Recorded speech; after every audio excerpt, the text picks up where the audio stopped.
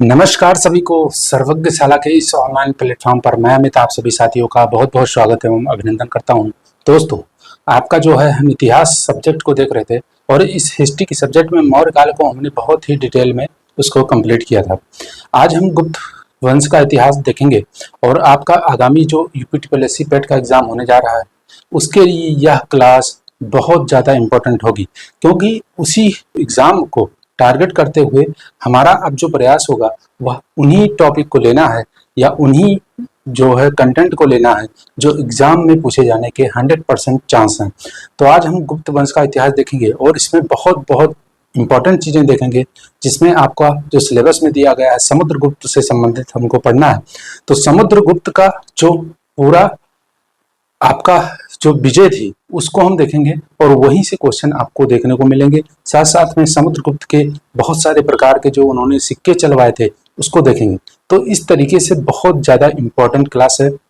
देखेंगे कि क्या है धरणीबंध जिसने समुद्रगुप्त को पूरे भारत को जीतने के लिए प्रेरित किया। साथ साथ में देखेंगे भारत का नेपोलियन समुद्रगुप्त को क्यों कहा जाता है। यह क्लास अत्यंत महत्वपूर्ण होगी आपके आगामी जो यूपीटीपीएससी पेट का एग्जाम है उसके लिए बहुत ज्यादा इंपॉर्टेंट होगी। बाकी अगर बात करें तो यह लगभग सभी एग्जाम में यहाँ से क्वेश्चन पूछे जाते हैं। तो अब विलंब नहीं करेंगे और करेंगे चर्चा को स्टार्ट।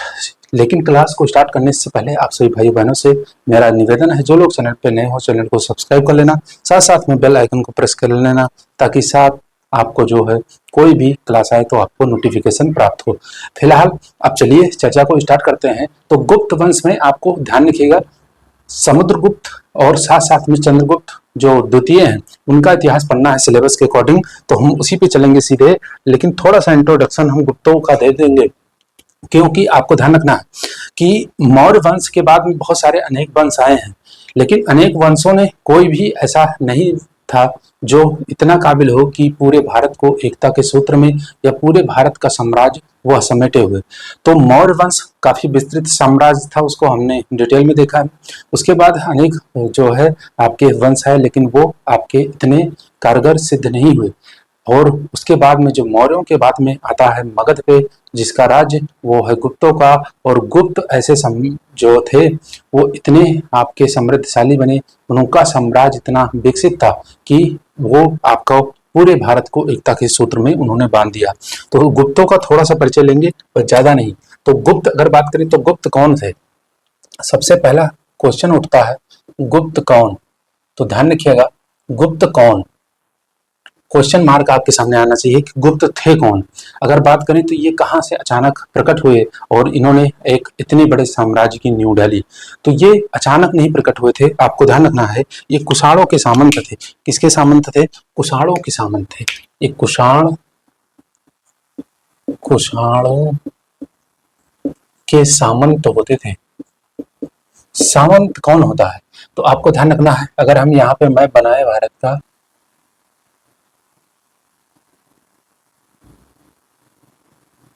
अगर हम मैप बनाए रफली मैप बनाए, ऊपर तक हमें नहीं जाना कश्मीर तक, आपको ऐसे ध्यान रखिएगा, ठीक है। चलिए अब मैप नॉर्मल मैप हो गया, आपको ध्यान रखना है, बहुत ज्यादा हार्ड पे नहीं जाना है। तो यहाँ पे अगर बात करें तो पश्चिमोत्तर भारत पे कुषाण थे, कुषाण। और यहाँ पे जानते होंगे बीच में मगध का क्षेत्र जिसको मध्य देश बोलते थे, तो वहां पे मगध का क्षेत्र है। और मगध के क्षेत्र में मगध, तो ये कुषाणों के सामंत थे। कौन थे? कुषाणों के सामंत थे। गुप्त जो थे वो कुषाणों के सामंत थे। सामंत का मतलब होता है कोई, ये साम्राज्य है कुषाणों का साम्राज्य ये था। और साम्राज्य के जो सीमा है वहां के सीमाओं पर जो तैनात किए जाते थे प्रशासक होते थे वही सामंत कहलाते थे। यानी सीमाओं के अंत में जो प्रशासक होते थे वही सामंत कहलाते थे। मैं थोड़ा बहुत इसको रफली बनाया है मैंने, आपको ध्यान रखिएगा, बहुत विशेष आर्ट नहीं मेरा, फिर भी आपको ध्यान रखना है कि तो कुषाण कौन थे। तो कुषाण कौन थे? कुषाण ये शासक थे पश्चिमोत्तर भारत में, बहुत बड़ा इनका साम्राज्य इनका भी था। लेकिन उसके बाद में गुप्त आए और ये गुप्त जो थे ये आपके कुषाणों के सामंत थे। यानी कुषाणों के द्वारा जो कुषाण का साम्राज्य है उसकी सीमाओं के अंत में जो प्रशासक नियुक्त किए गए थे वही गुप्त थे। और वही गुप्त आके चल के जो है मगध का प्रशासन संभालते हैं। तो आपको ध्यान रखिएगा कि ये कुषाणों के सामंत थे। गुप्त कौन थे? कुषाणों के सामंत थे। अब इसमें अगर हम बात करें तो एक आपका कुषाण, ये मौर्य के बाद में सबसे बड़ा साम्राज्य इन्होंने स्थापित किया मगध पे। मध्य प्रदेश या मध्य देश बोलते हैं उसको। ये आज वाला मध्य प्रदेश नहीं है, मध्य देश है, ठीक है, मगध, जिसकी राजधानी पाटलिपुत्र थी। तो गुप्त कौन? कुषाणों के सामंत थे, इसको याद रखिएगा। उसके बाद में बात करें तो गुप्त का जो वंशावली है, गुप्तों की वंशावली, गुप्तों की वंशावली, वंशावली का जो उल्लेख मिलता है, उल्लेख किसमें है उसको याद रखिएगा, बिलसड़ अभिलेख में मिलता है। किसमें? बिलसड़ अभिलेख, अभिलेख। बात करें तो बिलसड़ अभिलेख में गुप्तों की वंशावली, यानी गुप्त में सबसे पहले कौन गुप्त आए, तो हम यहाँ प्रशासक लिख रहे हैं, तो बात करें तो हम ज्यादा नहीं लिखेंगे, आपको ध्यान रखना है। सबसे पहले आए कौन? पहला जो शासक हुआ गुप्त वंश में वो है श्रीगुप्त। उसके बाद में दूसरे जो हुए वो है आपके घटोत्कच, घटोत्कच, ठीक है, घटोत्कच, इस प्रकार लिखेंगे घटोत्कच, ठीक है। तीसरे की बात करें कौन? चंद्रगुप्त प्रथम, ठीक है। फिर उसके बाद में आपको यहाँ पे समुद्रगुप्त दिखाई देते हैं, चौथे हैं समुद्रगुप्त, और इन्हीं का इतिहास में पढ़ना है, समुद्रगुप्त का पढ़ना है, साथ साथ में चंद्रगुप्त द्वितीय का पढ़ना, ठीक है। तो ये हो गए समुद्रगुप्त, ठीक है।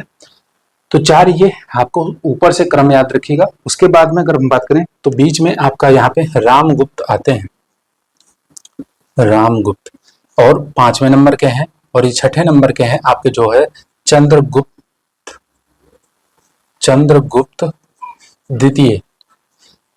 तो हमें किसका किसका पढ़ना है? चंद्रगुप्त द्वितीय को पढ़ना है, और आपका जो है ये सिलेबस में, सिलेबस में, ठीक है। चंद्रगुप्त द्वितीय और समुद्रगुप्त, ये रामगुप्त बीच में आ जाते हैं। और अगर बात करें तो रामगुप्त का जो है यहाँ पे आपको ध्यान रखना है, बिलसड़ अभिलेख में रामगुप्त का उल्लेख नहीं मिलता है, इनका उल्लेख नहीं मिलता है, लेकिन ये बीच में आपका जो है ये आते हैं। तो अगर बात करें तो गुप्त वंश का इतिहास अगर देखें तो ये 300 ईस्वी से लेकर 600 ईस्वी तक का इनका इतिहास चलता है लगभग, मैंने बताया है। और उसमें अगर बात करें तो ये सबसे पहले जो आपके हैं श्रीगुप्त, ये हैं गुप्त वंश के संस्थापक। कौन है? गुप्त वंश के संस्थापक कौन है? श्रीगुप्त। उसके बाद में बात करें तो आपका ध्यान रखना, चंद्रगुप्त प्रथम ये वास्तविक संस्थापक, वास्तविक संस्थापक, ठीक है। तो गुप्त वंश के संस्थापक अगर बात करें, क्वेश्चन आएगा संस्थापक, तो आपको ध्यान रखना है श्रीगुप्त का नाम। अगर वास्तविक संस्थापक पूछा जाए तो आपको ध्यान रखना है किसका नाम? चंद्रगुप्त प्रथम का नाम। ये इंपॉर्टेंट है, इतनी बातें आपको याद रखनी है, ठीक है। समझ में आ रहा होगा आप लोगों को। चलिए अब हम बात करें तो इसमें थोड़ा थोड़ा सा लेंगे, ज्यादा नहीं। इसमें इनका जो थोड़ा इंट्रो जो मैंने दिया है इनके बारे में थोड़ा सा पढ़ लेंगे। तो गुप्त वंश में इतना याद रखिएगा। अब हम आगे बढ़ते हैं, और तो मैंने बता दिया कि श्रीगुप्त इसके संस्थापक हैं। तो सबसे पहले श्रीगुप्त का काल आता है, और और फिर उसके बाद घटोत्कच। तो घटोत्कच वगैरह ये ज्यादा इसमें इनके बारे में कोई जानकारी नहीं मिलती है घटोत्कच वगैरह की, तो इसको याद रखिएगा, ठीक है। तो बिलसड़ अभिलेख में ये यहाँ पे जो है गुप्त वंशावली का जो है उल्लेख मिलता है, बिलसड़ अभिलेख, इतना याद रखिएगा। अब हम चलते हैं सीधे आपका चंद्रगुप्त प्रथम के बारे में आपको याद रखना है। चंद्रगुप्त प्रथम, अभी प्रथम देख रहे हैं, तो प्रथम के बारे में एक तथ्य याद रखिएगा कि इन्होंने जो आपका जो है संवत चलाया था, गुप्त संवत, उसका याद रखना है। तो चंद्रगुप्त प्रथम ने, चंद्रगुप्त प्रथम ने, जिनका शासनकाल 319 से लेकर 335 तक मिलता है, और अगर बात करें तो इनका 319 से 335 तक का शासनकाल है। तो चंद्रगुप्त प्रथम ने 9 मार्च 319 ईस्वी को एक नया संवत चलाया, एक नया संवत संवत चलाया। आप जानते होंगे संवत, शक संवत, विक्रम संवत और साथ साथ में गुप्त संवत। ठीक है, तो 9 मार्च 319 ईस्वी को एक नया जो है ये संवत चलाया था, नया संवत चलाया, जिसे क्या कहा जाता है आपका गुप्त संवत। तो गुप्त संवत याद रखिएगा कब इन्होंने चलाया था। बस इनका, क्योंकि सिलेबस में इनके बारे में कुछ खास नहीं है, इनके बारे में खास क्या, इनका नाम ही नहीं है। समुद्रगुप्त पढ़ना है और चंद्रगुप्त द्वितीय पढ़ना है, तो याद रखिएगा, तो इनको हम ज़्यादा नहीं देखेंगे। अब हम चलते हैं, तो ये चंद्रगुप्त प्रथम जो थे, ये पहले ऐसे शासक थे जिन्होंने महाराजाधिराज की उपाधि भी धारण की, और इन्होंने एक नया लाया जिसका नाम है गुप्त संवत। बस इतना याद रखिएगा। अब हम सीधे आपका चलेंगे समुद्रगुप्त पर, किसके, जो हमारा सिलेबस है वही चलेंगे, टाइम वेस्ट ना करते हुए सिलेबस पे आएंगे। और आज हम समुद्रगुप्त के विजयों को देखेंगे, कौन कौन सी विजय थी, क्या क्या उनके जो है विशेष नाम है। कई सारे विशेष नाम हैं जो आपको याद रखने हैं, तो आपको ध्यान रखिएगा। अब हम बात करते हैं समुद्रगुप्त। समुद्रगुप्त बहुत ज़्यादा इंपॉर्टेंट है, यह आपके एग्जाम के लिए अगर बात करें तो 335 से इनका 335 से लेके 375 तक का इतिहास मिलता है। 335 से लेके कब तक का, 375 तक का इनका काल है समुद्रगुप्त का। अगर बात करें तो यहाँ पे आपको ध्यान रखना है, इनके बारे में जो जानकारी मिलती है, इनके बारे में जो जानकारी मिलती है, जानकारी का जो स्रोत है वो क्या है, तो वो मैं पढ़ा चुका हूँ मौर्य काल में ही। अशोक के जब इलाहाबाद कौशाम्बी अभिलेख को हमने पढ़ा था, तो आपको ध्यान रखना है उल्लेख या जानकारी के स्रोत, जानकारी के स्रोत क्या है, तो स्रोत है आपका जो है इलाहाबाद का, इलाहाबाद का प्रयाग प्रशस्ति, प्रयाग प्रशस्ति है। ये मैंने बताया था कि आपका जो पहले अशोक का जो आपका कौशाम्बी इलाहाबाद कौशाम्बी जो स्तंभलेख था, जिसको बाद में आपका अकबर के द्वारा इलाहाबाद में लगवाया गया, कौशाम्बी से ले जाके इलाहाबाद में लगवाया गया, उसमें मैंने बताया था कि उसमें आपको ध्यान रखना है, उसमें समुद्रगुप्त का लेख उत्कीर्ण है। जो आपका इलाहाबाद का प्रयाग प्रशस्ति है, ये हरसेन द्वारा रचित है। इसका जो लेख है वहाँ पे मिलता है, साथ साथ में मैंने बताया था कि अकबर का लेख मिलता है जिसको बीरबल ने लिखवाया था, और उसके बाद में आपका जहांगीर का लेख मिलता है। तो आपका जो इलाहाबाद और कौशाम्बी स्तंभ लेख है उसमें इतने लोगों का लेख मिलता है, तो याद रखिएगा, मैंने बताया था, फिर से आपको बता दिया हूँ। तो इनके समुद्रगुप्त के बारे में जो जानकारी का सबसे बड़ा स्रोत है वह है आपका इलाहाबाद का प्रयाग प्रशस्ति। अगर बात करें तो प्रयाग प्रशस्ति की बात करें तो यह आपका किसके द्वारा रचित है, तो इसको ध्यान रखिएगा, यह है, आपको ध्यान रखना है, यहाँ पे लिख दे रहा हूँ, हरसेन द्वारा रचित है, हरसेन द्वारा रचित है। और अगर बात करें तो इसकी लिपि कौन सी है, तो इसकी लिपि है ब्राह्मी लिपि है, ब्राह्मी लिपि है। बात करें भाषा की, तो भाषा की बात करें तो आपको ध्यान रखना है विशुद्ध संस्कृत भाषा है, विशुद्ध संस्कृत भाषा है। ठीक है, अगर बात करें तो इसमें आपको ध्यान रखना है ये गद्य और पद्य दोनों में है, गद्य प्लस पद्य दोनों शैलियों में, पद्य शैली में। तो इसको क्या बोलते हैं, इसको बोलते हैं चंपू काव्य। जो गद्य और प्लस पद्य का मिक्स होता है उसको बोलते हैं चंपू काव्य, तो इसको याद रखिएगा। तो प्रयाग प्रशस्ति जिसकी रचना हरसेन ने की, ब्राह्मी लिपि में है, भाषा विशुद्ध संस्कृत भाषा है, और अगर बात करें तो गद्य और पद्य दोनों शैलियों में है, यानी यह चंपू काव्य है। अगर बात करें तो ये जो प्रयाग प्रशस्ति लगवाने का जो श्रेय जाता है वो तिलभट्ट को जाता है। किसको जाता है, तिलभट्ट को जाता है, तिलभट्ट का नाम याद रखिएगा। ठीक है, तो इतना महत्वपूर्ण है। अब हम इसके बाद में अगर आप देखें तो इसको तिलभट्ट का नाम याद रखिएगा कि ये प्रयाग प्रशस्ति उत्कीर्ण करवाने का जो श्रेय है वो तिलवट हो जाता है। अब इसमें क्या क्या जानकारी मिलती है, तो इसमें जानकारी मिलती है कि जो समुद्रगुप्त थे इन्होंने 100 युद्धों का यह विजेता था। कौन कौन सा, ध्यान रखिएगा, 100 युद्धों का विजेता बताया गया, युद्धों का विजेता, विजेता बताया गया, विजेता, ठीक है, इसी में लिखा है। अगर बात करें तो उसके समुद्रगुप्त के शरीर पर, समुद्रगुप्त के शरीर पर 100 घाव भी बताए गए हैं, 100 घाव हैं, यानी उसके शरीर पर 100 घाव है और उन्होंने 100 युद्ध भी जीता है, ऐसा उल्लेख यहाँ पे प्रयाग प्रशस्ति में मिलता है। तो ठीक है, ये याद रखिएगा। और ये 100 युद्धों का विजेता होने के कारण इसको ध्यान रखिएगा कि जो विंसेंट स्मिथ हैं, विंसेंट स्मिथ ने समुद्रगुप्त को भारत का नेपोलियन कहा है। तो ये भी तथ्य इंपॉर्टेंट है, तो आपको ध्यान रखना है। विंसेंट स्मिथ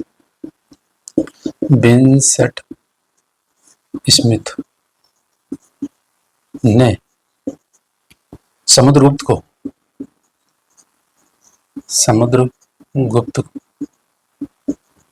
भारत का नेपोलियन बताया,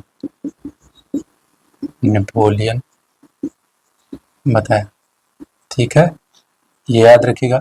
अब हम बात करेंगे तो इसमें प्रशस्ति की बात करें तो इसमें उसके विजयों का जो उल्लेख है उसमें कुछ खास नाम है जिसको आपको याद रखने हैं। तो अगर बात करें तो इसमें आपका पहली बात तो आपका समुद्रगुप्त के बारे में यहाँ पे एक उसकी उपाधि का उल्लेख मिलता है। तो समुद्रगुप्त के धर्म प्रचार बंधु उपाधि, ठीक है, ध्यान रखिएगा, धर्म प्रचार बंधु उपाधि का उल्लेख, ठीक है, ये याद रखिएगा, इसी प्रशस्ति में है, ठीक है, धर्म प्रचार बंधु उपाधि का उल्लेख मिलता है। अगर बात करें तो यहाँ पे जानते होंगे आप कि माना जाता है क्योंकि अश्वमेध प्रकार का सिक्का समुद्रगुप्त ने चलवाया था, परंतु यहाँ पे अश्वमेध यज्ञ करने का जो है आपका माना जाता है कि समुद्रगुप्त ने किया, लेकिन यहाँ पे अश्वमेध यज्ञ का उल्लेख नहीं मिलता है प्रयाग प्रशस्ति में। तो उसमें ध्यान रखिएगा, अश्वमेध यज्ञ का उल्लेख नहीं, अश्वमेध यज्ञ का उल्लेख नहीं,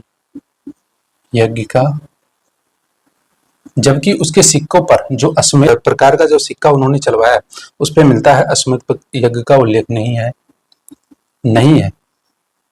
ये याद रखिएगा। अब चलिए अगर बात करें तो इसमें प्रयाग प्रशस्ति की 21वीं जो पंक्ति है उसमें आर्यावर्त विजय का उल्लेख मिलता है। तो आपको ध्यान रखना है आर्यावर्त विजय का, आर्यावर्त 21वीं पंक्ति में आर्यावर्त युद्ध का उल्लेख मिलता है, ठीक है, तो यह याद रखिएगा, आर्यावर्त युद्ध का उल्लेख। अगर बात करें तो इस युद्ध में उसने जो है कौन सी नीति अपनाई थी, बस यही इंपॉर्टेंट है, नीति कौन सी अपनाई थी। तो उसने अगर बात करें तो इस युद्ध में प्रस्भोद्धरण की नीति अपनाई।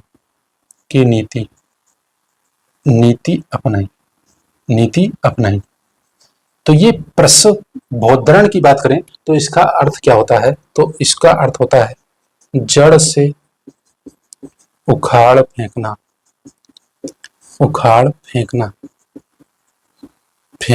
तो आर्यावर्त के युद्ध में समुद्रगुप्त ने प्रस्भोद्धरण की नीति अपनाई जिसका अर्थ होता है जड़ से उखाड़ फेंकना, यानी उसने आर्यावर्त के युद्ध में जितने भी उसके सम्मुख जो आपके विपक्षी थे या दुश्मन थे सबको जड़ से उखाड़ फेंकना चाहता था। इसी नीति का उसने अनुसरण किया और इस युद्ध में उसने 12 राजाओं को पराजित किया और प्रत्यक्ष आपका जो है उत्तरापथ पे एक उसके शासन काल का जो है बात करें साम्राज्य में तो आपने देखा होगा कि उत्तरापथ है, दक्षिणापथ है, पश्चिमोत्तर भारत है, इस प्रकार के उसके शासन के क्षेत्र विभाजित थे। तो बात करें तो उत्तरापथ में जो है उसने प्रत्यक्ष शासन अपनाया, यानी प्रत्यक्ष उस पर शासन किया और उसमें आपको ध्यान रखना है 12 राजाओं को हराया था, 12 राजाओं को हराया, 12 राजाओं को हराकर उत्तरापथ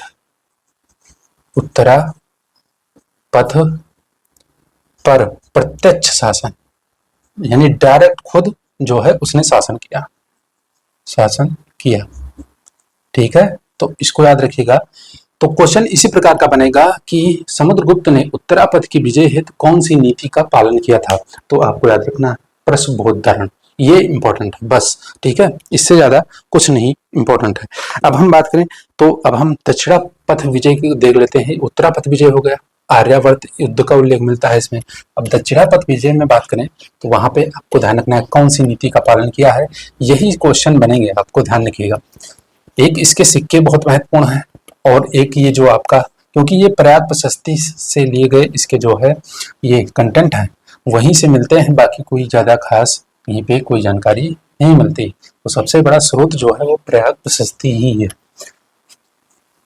याद रखिएगा। तो प्रश्नबोधरण की नीति। उसके बाद में अगर बात करें तो फिर दक्षिणापथ की विजय का उल्लेख आपको ध्यान रखना है। दक्षिणापथ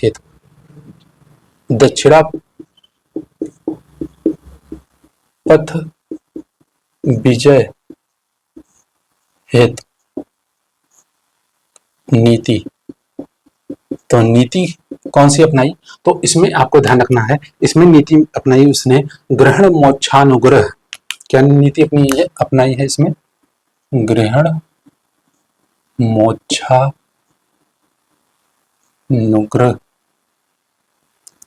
ठीक है, तो आपको ध्यान रखना दक्षिणापथ विजय हेतु नीति जो थी उसका नाम है ग्रहण मोक्षानुग्रह। अगर बात करें तो इसका जो उल्लेख मिलता है वह 19वीं व 20वीं पंक्ति में। कौन सी पंक्ति में? आपकी जो प्राग प्रशस्ति है उसमें। ठीक है, उल्लेख लिख दे रहा हूं, उल्लेख। ठीक है, इसको याद रखिएगा। दक्षिणापथ विजय हेतु जो उसकी नीति थी उसका नाम था ग्रहण मोक्षानुग्रह की नीति। यानी इसका मतलब हुआ कि ग्रहण करना, या तो ग्रहण कर लो किसी को हरा के, या तो उसको जो है अनुग्रह करने पर उसको माफ कर दो। तो यहाँ पे उसने अगर बात करें तो दक्षिणापथ विजय के बाद यहाँ पे उसने प्रत्यक्ष शासन नहीं किया, इनडायरेक्ट शासन किया और कर लेकर उनको जो है मुक्त कर दिया था। तो आपको ध्यान रखना है यहाँ पे अप्रत्यक्ष शासन था। कैसा शासन था? अप्रत्यक्ष शासन। कर लेकर मुक्त। ठीक है, कर लेकर मुक्त कर दिया। ठीक है, इसको याद रखिएगा। इसमें भी उसने जो है 12 राजाओं को हराया था, ये भी याद रख सकते हैं। 12 राजाओं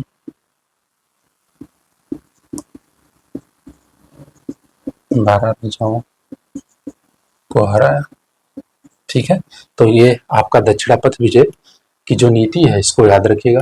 और इसमें अप्रत्यक्ष शासन किया, यानी खुद डायरेक्ट वहां पे अपना खुद शासन नहीं किया, बल्कि वहां पे इनडायरेक्ट शासन किया, साथ साथ में कर लेकर उनको मुक्त कर दिया गया। यानी अनुग्रह करने पर उनको माफ कर देना या ग्रहण कर लेना। तो इस प्रकार की नीति वहां पे उसने अपनाई। ठीक है, अब हम चलेंगे पश्चिमोत्तर भारत में। पश्चिमोत्तर भारत में क्या नीति थी? पश्चिमोत्तर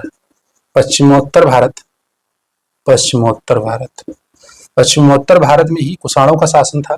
बात करें तो इधर क्षेत्र में अगर देखें पश्चिम के लगभग आपका शकों का शासन था। तो इस प्रकार पश्चिमोत्तर भारत विजय की नीति क्या थी उसकी, ये भी याद रखना है, विजय नीति। तो इसमें अगर हम बात करें पश्चिमोत्तर भारत की विजय की नीति में, तो इसमें 2-3 नीति उसने अपनाई थी। अब कौन कौन सी नीति है इसको आपको याद रखना है। तो पहला है आत्मनिवेदन की नीति। आत्मनिवेदन नीति। उसके बाद में बात करें तो दूसरा है आपका कन्योपायन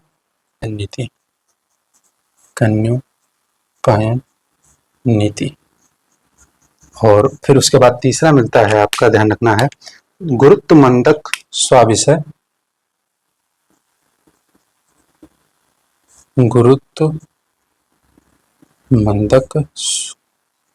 स्वाविषय या भुक्ति शासन। भुक्ति जानते होंगे, विषय और भुक्ति, शासन याचना। तो इस प्रकार 3 नीति आपको ध्यान रखनी है पश्चिमोत्तर भारत में। पहली कौन सी है? आत्मनिवेदन की नीति है, दूसरी है कन्योपायन की नीति है, और तीसरी है गुरुत्वमंदक स्व-विषय भुक्ति। ठीक है, तो इसमें आपको ध्यान रखना है। तो इसमें अगर बात करें तो आत्मनिवेदन में स्वयं जो है दरबार में उपस्थित होना, उसके बाद में बात करें तो कन्योपायन के माध्यम से आपको ध्यान रखना है। इसमें कन्योपायन मतलब जो कन्याएं हैं उनको कन्याएं गुप्त शासकों के साथ में गुप्त राजकुमारों के साथ उनकी शादी करना। तो अपनी कन्याओं का विवाह करके यहाँ से मुक्त हुआ जाता था। तो यहाँ पे आपको ध्यान रखना है कन्याओं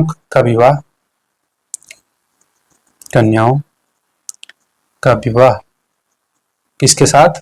गुप्त राजकुमारों के साथ। ठीक है, तो इस प्रकार आपको ध्यान रखना है। और ये सारी नीतियां अगर बात करें तो ये जो कुषाण हैं, शक हैं, ये जो आपके विदेशी आपके आक्रांता थे जिन्होंने विदेशी शासन यहाँ पे किया था, तो शकों कुषाणों पर विजय हेतु अपनाई गई थी। अब उत्तर पूर्व की बात करें तो यहाँ पे आपको ध्यान रखना है। अगर पश्चिमोत्तर भारत की यहाँ पे देख लेते हैं तो कहाँ पे उल्लेख मिलता है? तो इसका उल्लेख मिलता है 23वीं व 24वीं पंक्ति में, ये याद रखिएगा। ठीक है, अब हम बात करें तो जो पश्चिमोत्तर हो गया। अब हम उत्तर पूर्व देख लेते हैं। उत्तर पूर्व में कौन कौन सी नीति थी, तो वो भी इम्पोर्टेंट। तो ये सारी नीतियां आपको याद रखनी है, शब्द याद रखने हैं। यही क्वेश्चन पूछा जाएगा कि उत्तर पूर्व में, पश्चिमोत्तर में, दक्षिणापथ विजय के लिए, साथ साथ में उत्तरापथ विजय के लिए समुद्रगुप्त ने कौन कौन सी नीति या कौन सी नीति का पालन किया था। और हो सकता है उस नीति को देख के उसका अर्थ भी पूछ लिया जाए कि किस प्रकार आपके जो है ये नीतियों का पालन किया जाता था। तो अब हम इसमें सिर्फ उत्तर पूर्व में आपको नाम याद रखने हैं। उत्तर पूर्व विजय हेतु नीति। तो इसमें बात करें तो ये 22वीं पंक्ति में इसका उल्लेख मिलता है। 22वीं पंक्ति में उल्लेख है, क्या है?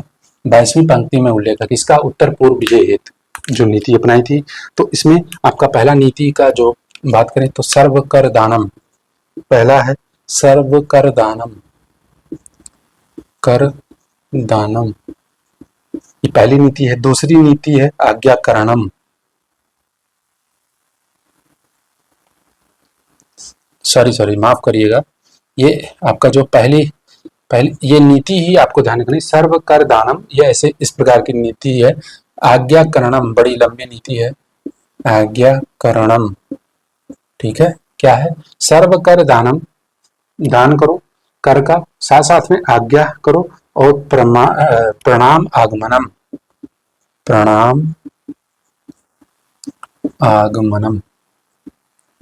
मनम।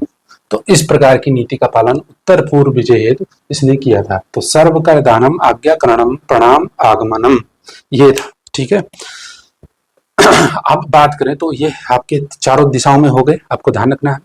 आपका उत्तरापथ, दक्षिणापथ, पश्चिमोत्तर भारत, और साथ साथ में आपका जो है उत्तर पूर्व का क्षेत्र। अब बात करें तो आपको ध्यान रखना है, एक शब्दावली मिलती है धरणी बंध। क्या शब्दावली है? धरणी बंध। तो समुद्रगुप्त की अगर बात करें तो समुद्रगुप्त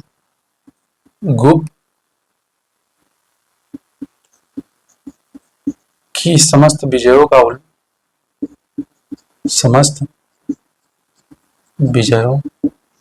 उद्देश्य जो था, का उद्देश्य धरणी बंध था। अब यह धरणी बंध क्या होता है? तो धरणी बंध का मतलब होता है कि समस्त भारत के क्षेत्र को एकता के सूत्र में बांधना धरणी बंध होता है। तो आपको ध्यान रखना है कि संपूर्ण भारत में राजनीति की एकता स्थापित करना, संपूर्ण भारत में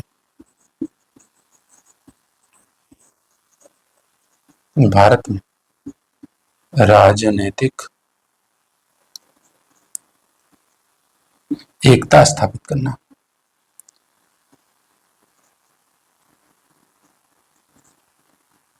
समुद्रगुप्त की समस्त विजयों का जो उद्देश्य था वह था धरणीबंध। धरणीबंध, और धरणीबंध का मतलब हुआ कि जो है आपका समस्त भारत के क्षेत्र को राजनीतिक एकता के सूत्र में बांधना ही धरणीबंध था। तो इसको याद रखिएगा। अब हम बात करें तो एक नाम मिलता है, आपको ध्यान रखना है, प्रोफेसर राय चौधरी। चौधरी चौधरी इनका नाम मिलता है। इन्होंने क्या कहा, इन्होंने कहा कि जो समुद्रगुप्त थे उनकी जो दक्षिण विजय थी, ठीक है, कौन सी विजय, दक्षिणापथ की विजय, दक्षिणापथ की विजय जो थी उनकी, पथ की विजय धर्म विजय थी। क्या थी, धर्म विजय थी, ऐसा कहते हैं प्रोफेसर राय चौधरी। और फिर एक बात और याद रखना है कि एक अभिलेख मिलता है जिसका नाम है एरण अभिलेख। कौन सा अभिलेख, एरण अभिलेख। आप लोगों से मेरा एक क्वेश्चन है कि प्राचीन भारत में सबसे पहले सती प्रथा किस अभिलेख में उसका उल्लेख मिलता है, तो यह हमको बताइएगा। तो एरण अभिलेख में अगर बात करें तो समुद्रगुप्त को क्या बताया गया, मैं मौखिक रूप से बता देता हूं। इसमें कहा गया है कि समुद्रगुप्त जब प्रसन्न होता था तो वह कुबेर के समान धन लुटाता था, परंतु जब नाराज होता था तो वह क्रोधित होने पर यमराज के समान टूट पड़ता था। तो इस बात को याद रखिएगा। एरण अभिलेख में ऐसा उल्लेख मिलता है कि समुद्रगुप्त प्रसन्न होने की स्थिति में वह एकदम कुबेर के समान था, परंतु जब वह क्रोधित होता था तो वह यमराज के समान था। तो ये याद रखना है।